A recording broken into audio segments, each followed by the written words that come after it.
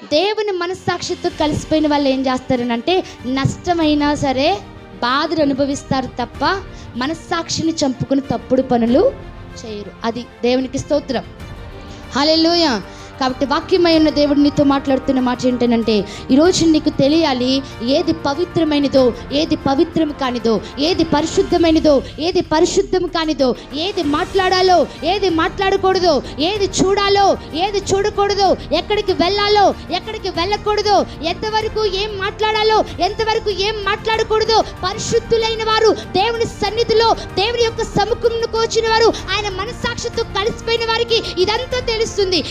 ఈ యొక్క ఉదయకాల సమయంలో దేవుడు నీతో మాట్లాడుతున్నమాట, ఏది మంచిదో ఏది చెడ్డదో తెలియకుండా నువ్వు ప్రవర్తిస్తున్నావు అని అంటే నీ మనస్సాక్షి ఇంకా దేవునితో, నీ మనస్సాక్షి దేవునితో కలిస్తే గనుక అది ఏది మంచిదో ఏది మంచిది కాదు, ఏది పవిత్రమైనదో ఏది పవిత్రము కాదు, ఏది చూడొచ్చో ఏది చూడకూడదు, ఏది మాట్లాడొచ్చో ఏది మాట్లాడకూడదు, ఎక్కడికి వెళ్ళాలో ఎక్కడికి వెళ్ళకూడదు, సమస్తము నీకు తెలుస్తుంది నీ మనస్సాక్షి దేవుని మనస్సాక్షితో కలిసిపోయినప్పుడు. హల్లెలూయా.